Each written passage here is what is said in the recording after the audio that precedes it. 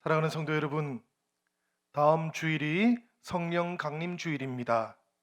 이 성령 강림 주일은 예수님께서 성천하신 열흘 후에 제자들에게 강림하신 그 성령을 기념하고 또 축하하는 그런 주일이에요.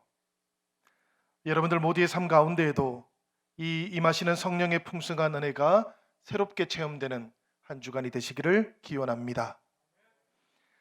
다음 주일이 성령 강림 주일이라면 다음 주일부터 거꾸로 이렇게 한번 열을 돌려보면 지난 목요일이 성천의 날이었던 것이지요.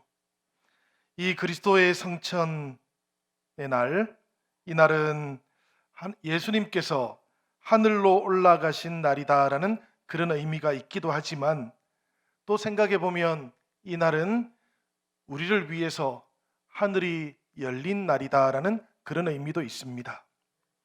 성경을 보면 하늘이 열린 날이 있어요. 한 번은 조금 전에 말씀드렸던 성천일이겠지만 또 다른 하루는 아마도 성탄일이 될 것 같습니다. 성탄절은 우리를 위해서 하나님께서 세상 가운데로 내려오신 날이지 않습니까? 내려오시기 위해서 하늘이 열린 날.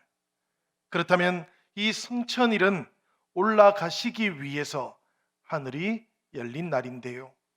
이 성탄일과 또 성천일은 한 가지 공통점이 있습니다.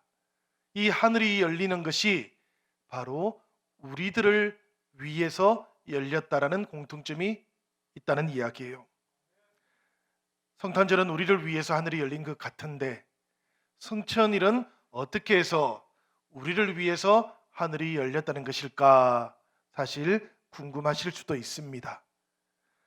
예수님께서 하늘로 올라가셨으면 이제 세상 속에는 우리만 외로이 남겨져 있는 것이 아닐까? 그렇다면 그 성천하시는 것은 우리를 위한 것이 아니지 않을까? 그런 생각도 드실 수 있어요. 우리가 에베소서 4장 10절의 말씀을 함께 한번 읽어보도록 하겠습니다.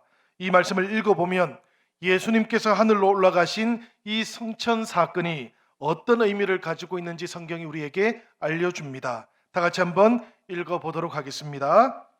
내리셨던 그가 곧 모든 하늘 위에 오르신 자니 이는 만물을 충만하게 하려 하심이라. 여러분, 이 말씀해 보니까 후반절에 그리스도께서 하늘로 올라가셨는데요, 이것은 만물을 충만하게 하시기 위함이었다라고 그렇게 되어 있지요. 생각해 보면 여러분, 우리 하나님께서는 하나님의 뜻이 이 땅에서도 이루어지기를 간절히 바라셨습니다.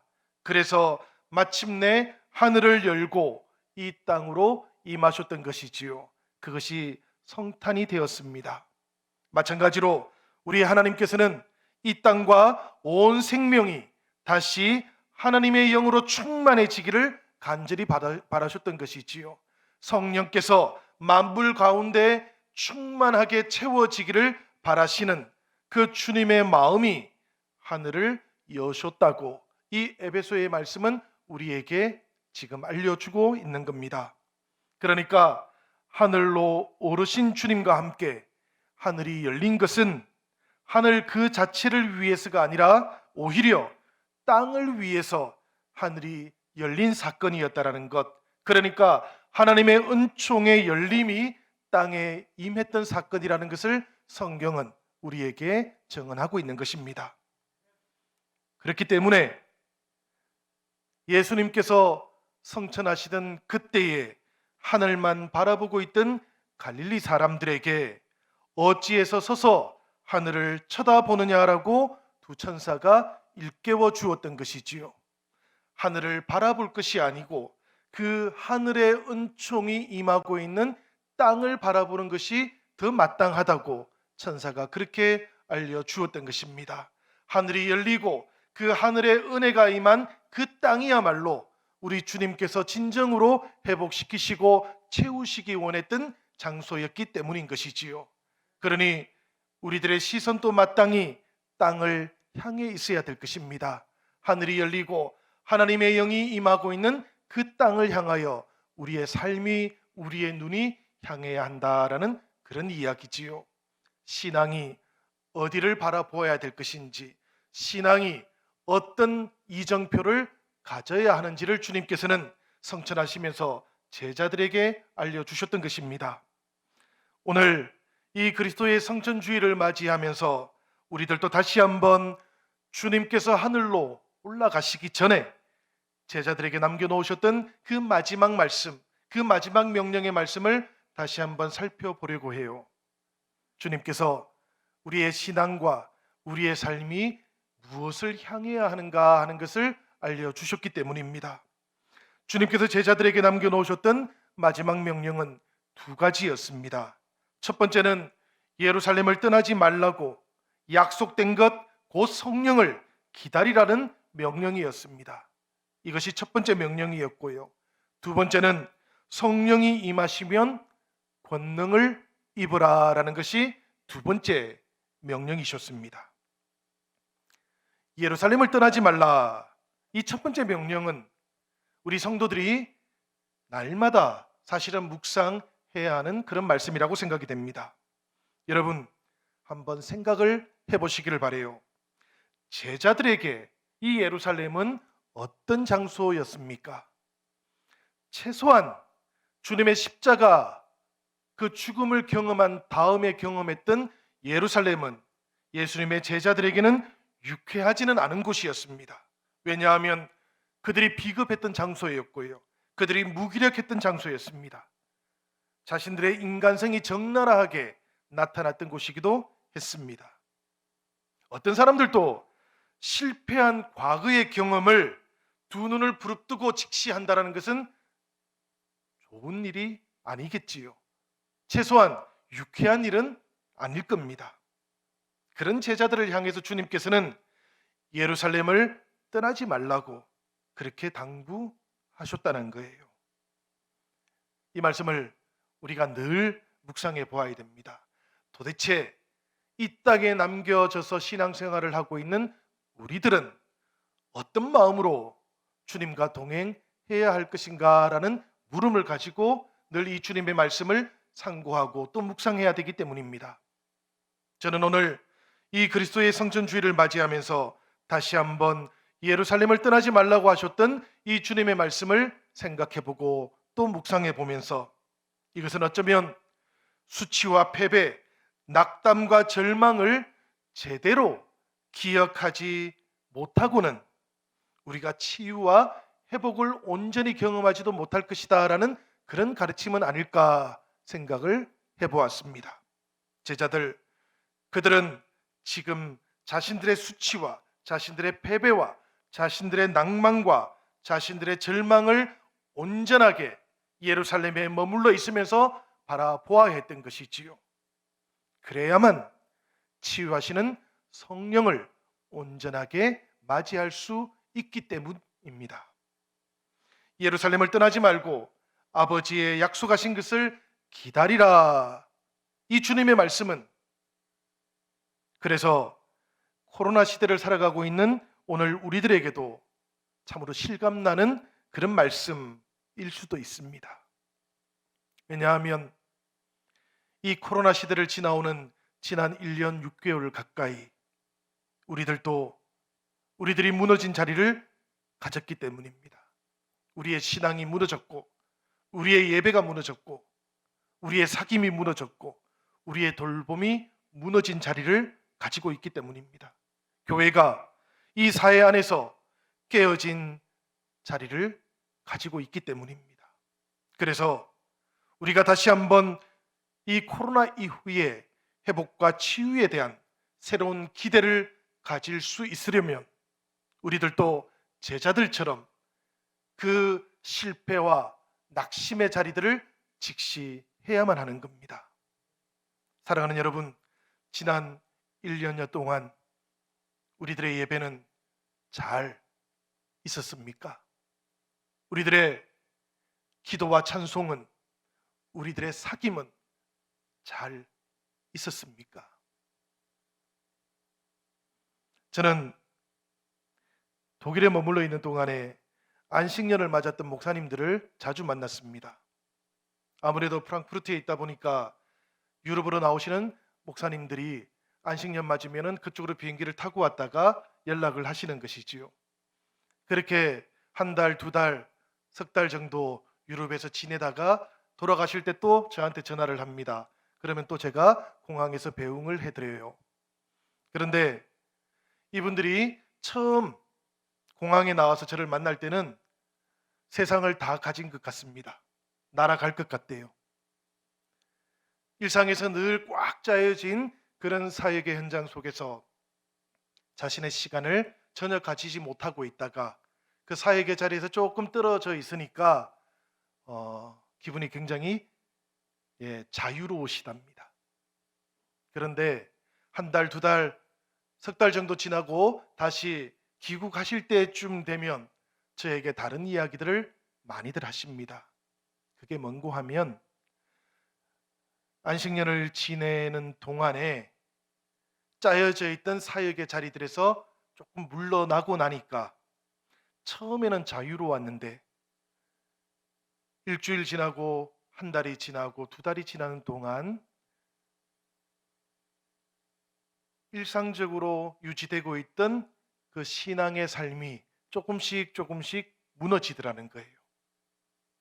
그래서 시간을 보내는 동안에 점점 더 깨닫게 되는 것이 그동안 하나님과 함께 했던 그 사역이 내 신앙을 힘들게 했다고 생각했는데 알고 보니까 그 모든 교회의 사역들이 오히려 목회자인 자신을 지켜주고 있었다라는 것을 깨닫게 되었다는 겁니다. 예배와 기도와 찬송과 신방과 혹은 출생에 축복하는 기도와 장례를 함께 지내는 동안 그 모든 일상들이 알고 보니까 오히려 자신의 신앙을 지켜주고 있던 것이었다라는 것이지요. 충분히 이해가 되었습니다. 사랑하는 여러분, 이 코로나 시대를 한번 다시 생각해 보았습니다. 우리는 많은 것을 이제 할 수 없게 되었어요. 지난 1년 6개월 가까이 우리가 할 수 있는 것이라고는 주일 예배를 드리는 것, 정규 예배를 드리는 것, 그리고 기도하는 것, 찬송하는 것, 그 외에는 우리가 어떤 것도 할 수 없게 되었습니다. 때때로 우리들은 생각을 합니다. 교회가 가지고 있는 프로그램들이 너무 많다고, 교회가 해야 하는 일이 너무 많다고, 이 사역들이 조금 줄어들면 오히려 신앙에 더 집중해 볼 수 있을 텐데 하는 그런 생각들을 해오신 분들도 계실지 모르겠습니다. 그렇다면 지난 1년 6개월 동안 여러분들의 예배는 어떠하셨습니까? 예배의 자리, 그 자리에서 하나님 앞에 예배자로 온전하게 서 계셨는지요? 우리가 기도하고 우리가 찬송했던 그 모든 자리들 속에서 하나님 앞에 온전한 모습이셨는지요? 오늘 우리가 다시 한번 돌아볼 수 있으면 참 좋겠습니다. 우리가 떠나왔던 자리들이 혹시 있지는 않은지 우리가 돌아볼 수 있어야 한다는 그런 이야기예요. 제자들을 향해서 주님께서는 예루살렘을 떠나지 말라고 그렇게 말씀해 주셨는데, 여러분, 우리들에게도 그런 지리적인 예루살렘이 아니라 우리가 떠나지 말고 지켜야 했던 예루살렘들이 있었을 것이라고 생각합니다. 어떤 분에게는 그것이 교회의 자리가 될 것이고, 어떤 분에게는 예배의 자리가 될 것이고, 또 어떤 분들에게는 말씀을 깊이 묵상하는 자리가 될 것이고, 또 어떤 분들에게는 사랑하는 형제 자매들을 돌보는 그런 자리가 될 것입니다. 여러분, 떠나왔던 자리들이 혹시나 있지는 않은지 돌아보시는 오늘이 되면 참 좋겠습니다. 다른 한편 예루살렘을 떠나지 말고 라는 이 말씀 속에는 예수님께서 하늘로 승천하시면서 그동안은 제자들이 육신으로 주님과 함께 살고 동행했다면 이제부터는 제자들이 하늘로 올라가신 주님, 그분의 영을 모시고 살아야 된다라는 그런 말씀이기도 한 것이지요. 그래서 예수님께서 제자들에게 이 말씀을 이어서 해주셨던 겁니다. 내게 들은 바 아버지의 약속하신 것을 기다리라. 주님께서는 이제 몸으로는 하늘로 올라가시지만, 그러나 주님께서는 제자들에게 너희들을 고아와 같이 버려두지 않을 거라고, 약속하신 성령을 보내어 주실 것이라고 그렇게 말씀해 주셨던 것입니다. 그러니까 성령이 임할 때까지 예루살렘을 떠나지 말고 기다려야 한다라고 그렇게 말씀해 주셨던 것이지요. 이 말씀을 생각해 보면 여러분, 주님께서는 떠나지 말라는 말씀뿐만 아니라 성령이 임할 때까지 기다려야 한다라는 말씀도 해 주셨다라는 것을 우리가 눈여겨보게 됩니다. 사실 이 말씀을 묵상해 보면, 우리 성도들은, 예수님의 제자들은 성령이 임할 때까지는 무엇인가를 가벼이 결정하거나 행동해서는 아니 되는 사람이구나라는 그런 생각을 하게 됩니다. 때때로 우리가 결정해야 되는 것은 예루살렘을 떠날까 말까 이런 것들만 있는 것은 아니지 않습니까? 우리의 삶을 통해서 하나님 앞에서 결정해야 될 것이 참으로 많습니다. 우리의 인생에서 중요한 결정들을 앞두고, 참 이상하지요? 그럴 때마다 우리들은 점점 더 조급해집니다. 무엇인가 중요한 결정을 앞두고 있으면 충분히 시간을 두고 하나님께 기도하고 하나님의 뜻을 묻고 그래야만 하는데, 우리가 던지는 물음이 중요하면 할수록 이상하게도 사람들의 마음속에는 조급함이 찾아와요. 그래서 충분히 하나님께, 성령님께 시간을 드리지를 못합니다. 어쩌면 주님께서는 예루살렘에 남겨진 채 이제 온전히 주님 없이도 살아가야 되는 제자들을 향해서 너희가 성령이 임할 때까지 기다리라라는 이 말씀을 통해 하나님보다 앞서 나가지 말아라 라고 그렇게 말씀하신 것은 아닐까, 그런 생각을 해보게 됩니다. 많이 기도해야 하는 일들이 제자들 앞에도 또 우리들 앞에도 늘 놓여 있지 않습니까? 그렇지만 잠시의 기도조차도 하지 않고 결정해 버리는 것이 때때로 우리의 모습이기도 한 것이지요. 우리 주님께서는 그런 삶의 방식은, 예수님의 제자들의 삶의 방식은 최소한 아니어야 한다고 그렇게 말씀해 주셨던 것입니다. 혼자 판단해보고 그게 나에게 좋은 것이다 싶으면 바로 그 자리에서 결정해 버리지 마시기를 바랍니다. 여러분, 우리 주님께, 우리 성령님께 시간을 드리시기를 바랍니다. 이렇게 시간을 드리는 사람들은 하나님의 인도하심을 얻게 되어 있습니다. 주님께서 하늘로 올라가시면서 제자들에게 마지막으로 주셨던 당부의 말씀, 명령의 말씀이셨어요. 이렇게 하기만 하면 주님께서는 응답해 주시겠다라는 이야기 아니십니까? 응답 받지 않는 것은 구하지 못하기 때문이고, 응답받지 못하는 것은 충분히 시간을 들이지 않기 때문입니다. 우리가 이것을 기억하고 삶의 이정표로 삼는 것이 성도들의 삶의 방식이라는 것을 주님께서는 제자들에게 말씀해 주셨던 것이지요. 그래서 예수님께서는 성령이 위로부터 입히울 때까지 이 성을 떠나지 말고 기다리라고 누가복음에서도 그렇게 말씀해 주셨던 것입니다. 누가복음 24장 49절의 말씀인데요, 우리 다 같이 한번 읽어보겠습니다. 다 같이 읽습니다. 볼지어다 내가 내 아버지의 약속하신 것을 너희에게 보내리니 너희는 위로부터 능력을 입히울 때까지 이 성에 유하라. 아멘. 이 말씀을 보면 여러분, 말이 조금 어렵지만 능력을 입히울 때까지라고 했습니다. 그렇죠? 우리가 능력을 가질 때까지라고 말씀하지 않으셨어요. 기다려야 되는 것이고요, 시간을 드리는 사람에게 주님의 응답이 어떻게 임하는지 그 모양을 이 표현이 그대로 우리에게 전달해 주고 있는 겁니다. 이건 우리가 가지는 게 아니지요. 하나님께서 우리에게 그 응답을 입혀 주신다라고 말씀하는 겁니다. 그때까지 이 성에 유하라고, 그때까지 응답을 기다리라고 그렇게 말씀해 주셨던 겁니다. 사랑하는 여러분, 성령 강림 주일을 앞두고 우리의 삶 가운데도 이렇게 우리가 기다릴 수 있는 은혜도 찾아오면 좋겠습니다. 조급해지지 마시기를 바랍니다. 신앙의 영역만이 아니고요, 우리 삶의 영역에서도 조급해지지 마십시오. 우리 성도들은 조급한 사람들은 아니어야 되지 않겠습니까? 하나님께서 이루어 가시는 일, 성령께서 내 삶을 통해서 오늘 이루고 싶어 하시는 그 일이 나에게서 나타나기를 최소한 우리가 여지를 둘 줄 아는 사람이어야 합니다.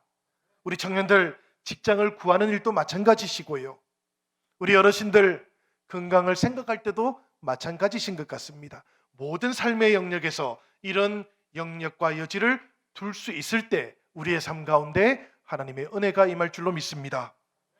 주님께서 하늘로 오르시면서 제자들에게 주셨던 두 번째 명령이 있는데요, 그 두 번째 명령이 뭔가 하면 성령이 임하시면 권능을 입고라는 말씀이에요. 제자들이 예수님께서 이제 하늘로 올라가신다라고 하니까 그동안 참고 있던 물음을 결국 던지게 됩니다. 그게 뭔가 하면 이스라엘 나라의 회복이 언제 이루어지는 것입니까? 라는 물음이었어요. 제자들은 부활의 주님을 만나고 난 다음에도 늘 자신들이 생각해 왔던 물음들이 있었던 겁니다. 그게 이스라엘이라고 하는 자신들의 나라가 언제 도대체 회복되는 겁니까? 그런데 지금 주님께서 하늘로 올라가시겠다 하시니 참지 못하고 이 물음을 던졌던 것인데요, 그러자 예수님께서 제자들에게 뭐라고 대답을 하셨는가 하면 때와 시기는 아버지께서 자기의 권한에 두셨으니 너희가 알 바가 아니다. 무슨 대답입니까 여러분? 그 일은 하나님께 속해 있는 것이니까 너희가 염려할 일이 아니다 라고 이렇게 일축해 버리셨던 거예요. 영역이 다르다는 겁니다. 하나님께서 다스리시는 그 역사의 세계 속에 이루어질 때가 있다는 이야기겠지요. 정작 지금 예수님의 제자라면 관심 가지고 해야 하는 일이 따로 있다라는 그런 말씀이기도 한데요, 그 주님께서 하신 대답이 뭔가 하면 바로 8절의 말씀입니다. 제가 읽어보겠습니다. 오직 성령이 너희에게 임하시면 너희가 권능을 받고 예루살렘과 온 유대와 사마리아와 땅끝까지 이르러 내 증인이 되리라. 이것이 주님의 대답이었어요. 진정으로 관심을 가져야 될 것이 이것이다라는 이야기입니다. 이 주님의 대답 속에서 우리가 좀 놓치지 말아야 될 게 있어요. 그 놓치지 말아야 될 게 뭔가 하면 권능을 받고 라는 말씀과 내 증인이 되리라라는 말씀입니다. 권능을 받고 증인이 된다라는 것, 이 두 개는 이어져 있는 겁니다. 이 두 개가 실제로는 이어져 있는 거예요, 동사로.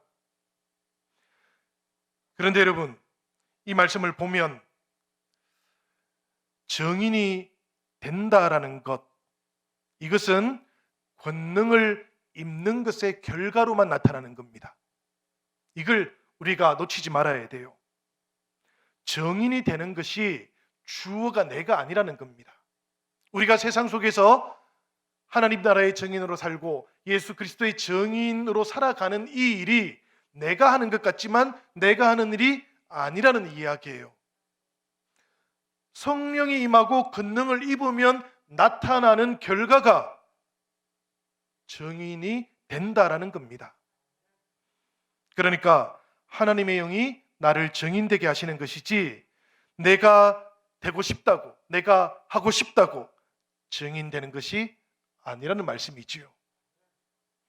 내 능력, 내 자격으로 할 수도 없고 될 수도 없는 것, 그것이 뭔가 하면 예수님의 증인이 되는 것입니다. 그러면 예수님의 증인은 어떻게 되는 겁니까? 여러분, 성령께서 우리를 택해 주셔야 되는 것이겠지요. 성령께서 우리에게 임해 주셔야 되는 것이겠지요. 그 능력의 성령께서 우리에게 그 능력을 주셔야 되는 겁니다. 그러면 그 일의 결과가 정인된 삶이 되는 거예요. 우리가 사도행전을 보면 성령께서는 사람들의 마음의 문을 여셨습니다. 제가 늘 살펴봅니다. 도대체 베드로는 어떻게 해서 하루에 그 설교를 통해서 3,000명이 회개되는 역사가 나타났을까? 그 말씀을 아무리 읽어봐도 그 말씀 속에 나오는 베드로의 설교가 막 미사여구가 엄청나게 많거나 대단히 훌륭한 설교거나 이렇지가 않아요. 복음의 내용이 그냥 잘 간추려져 있을 뿐입니다. 그래서 제가 늘 생각을 해봅니다. 이 말씀이 선포될 때 중요했던 것은 베드로가 아니었구나. 성령께서 역사하셨던 겁니다. 사도 바울이 복음을 전하기 위해서 모든 이방 지역에 가서 복음을 전했는데 그 처음 만나는 사람들에게 복음을 전했어요. 그리고 그곳에 모두가 다 교회가 세워졌어요. 도대체 이 일들이 어떻게 일어났을까 생각해 보면 바울이 했던 일이 아닌 겁니다. 성령께서 역사하셨던 것이지요. 성령께서 정인 되게 하셨던 겁니다. 이게 지금도 대단히 중요하지 않습니까, 여러분? 우리들 가운데 누군가가 나는 자격이 없고 나는 능력이 없고 나는 입술이 둔하고 그래서 나는 정인이 되지 못합니다 라고 생각하신다면 그것은 대단히 큰 착각입니다. 자격이 있고 능력이 있고 말을 잘하면 그러면 정인이 될 수 있다는 이야기 아닙니까? 하나님께서 하나님의 정인을, 예수 그리스도의 정인을 그렇게 세우신 적이 없으셨어요. 그렇게 사용하신 적도 없으셨어요. 허물이 많은 바울을 세우셨지 않습니까? 배우지 못했던 베드로를 사용하셨지 않습니까? 어떻게 하신 겁니까? 그들에게 성령을 부어주셨던 것이지요. 그리고 난 다음에 성령이 그들 속에서 역사하니까 그들은 정인이 될 수 있었던 것입니다. 사랑하는 여러분, 우리들도 이 성령의 역사하심 가운데 사로잡히는 은혜가 있기를 바랍니다. 우리가 성령 강림 주일을 앞두고 있다면 이 한 주간은 마땅히 우리의 삶 가운데 성령께서 충만하게 임하기를 우리가 기도해야 할 줄로 생각이 됩니다. 예수께서 이렇게 말씀을 하셨습니다. 오직 성령이 너희에게 임하시면 너희가 권능을 받고, 이 말씀을 우리가 곰곰이 묵상해 보시면 권능을 받는 일이 대단히 중요한데 이 권능의 원천이 바로 성령이시다는 이야기 아닙니까? 그죠? 그러니까 우리가 신앙생활을 해나가는 동안에 나에게서 믿음의 능력, 나에게서 성도의 능력, 이것이 어떻게 나타나야 될 것인가 궁금하다면 답은 딱 하나인 겁니다. 내 안에 성령님이 임하여 주시옵소서라고 그렇게 기도해야 하는 겁니다. 여러분, 우리가 성령이 임하시기를 기도할 수 있습니다. 그렇지만 강제로 성령이 나에게 임하기를 강제할 수 있는 건 아니에요. 그런 비법은 없습니다, 여러분. 때때로 우리가 그런 장면들을 종종 목격합니다. 마치 성령이 어떤 물건인 것처럼 성령을 받으라 막 이렇게 말하는 경우들을 봅니다만은 여러분, 그런 일은 일어나지 않습니다. 왜 그런가 하면 성령은 하나님이시기 때문입니다. 그분은 인격적인 존재이신 것이지 물건이 아니세요. 그래서 성령을 받으라라고 사람들이 이렇게 주고받을 수 있는 이런 식으로 하면 안 되는 겁니다. 오직 우리가 인격이신 성령님께 해야 하는 일은 하나밖에 없어요. 우리에게 능력의 원천이 되시는 성령님 임하여 주시옵소서라고 간구하는 겁니다. 예루살렘에 있던 제자들이 주님께서 기다리라 하셨을 때 무엇을 했습니까? 우리가 말씀을 보면 아주 분명하게 이 제자들은 예루살렘을 떠나지 않고 그곳에 머물러 있으면서 약속하신 성령을 기다리면서 기도했다고 그렇게 성경은 전하고 있지 않습니까? 이 제자들이 성령이 임하기를 기도하고 있었던 것이지요. 약속은 주어졌지만 그러나 그 약속을 위해서 이 제자들은 간절하게 기도했다는 이야기입니다. 기도하면서 머무는 것, 기도 안에 머무는 것, 그리고 기도로 머무는 것을 이 제자들이 택했다라는 거예요. 그것을 기다리는 방식으로, 그것을 성령이 임하기를 간구하는 방식으로 택했다라는 이야기입니다. 사랑하는 여러분, 이 일의 결과를 우리는 잘 알고 있지요. 말씀을 보면 호련히 성령께서 이 오순절 마가 다락방에 임하였고 그곳에 있던 모든 제자들에게 임하였다라고 전하고 있습니다. 여러분들, 이 한 주간 기도의 시간을 꼭 정하시기를 바랍니다. 주님, 나에게도 다시 한번 성령의 은혜가 새롭게 임하여 주시옵소서. 나에게도 성령의 새로운 은총이 경험될 수 있도록 역사하여 주시옵소서라고 기도하는 그 시간을 따로 마련해 보시기를 바랍니다. 그렇게 기도하는 동안에 우리 하나님의 시간이 임하게 되면 우리들 모두는 성령의 새로운 은혜를 만나게 될 줄로 믿습니다. 말씀을 보면 성령께서는 호련히 임했다 그럽니다. 이 호련히 임했다라는 것, 이것은 무슨 의미입니까, 여러분? 갑자기 임했다라는 이야기예요. 제자들이 열흘 동안 기도했거든요. 이 열흘의 시간을 생각해 봅니다. 성령께서 갑자기 임했다라는 이야기는 열흘째에 성령께서 임하는 날이 오기 전까지는 아무런 일도 일어나지 않았다라는 이야기예요. 그야말로 침묵의 시간이 흘러가고 있었다는 이야기고요. 제자들은 기도했지만 하늘의 침묵을 인내해야 되는 시간을 견뎌야 했다라는 이야기이기도 합니다. 그러나 여러분, 주님의 약속은 반드시 이루어집니다. 주님의 약속은 때가 차면 이루어지는 것이지요. 호련히 임한 그때가 바로 하나님의 시간이 제자들에게 임했던 때인 줄로 믿습니다. 우리들도 기도하면서 보내야 되는 9일의 시간이 있습니다. 우리들도 하나님의 시간을 기다리면서 인내해야 하는 시간들이 있어요. 인생을 살아오는 동안에 우리가 이미 그런 시간들을 많이 보냈을 겁니다. 우리의 청년들, 직장이라든지 또 인생의 여러 가지 물음들을 가지고 그렇게 보내야 되는 9일간의 시간들도 있을 겁니다. 그러나 하나님의 시간은 반드시 찾아옵니다. 그렇기 때문에 주님께서 우리에게 예루살렘을 떠나지 말고 약속하신 그것을 기다리며 기도하라고 말씀해 주셨던 것입니다. 사랑하는 여러분, 열흘째의 시간, 하나님의 시간이 우리들에게도 임하게 될 것입니다. 그러니 우리가 다시 한번 주님을 바라보면서 기도하는 날을 가져보시기를 바라요.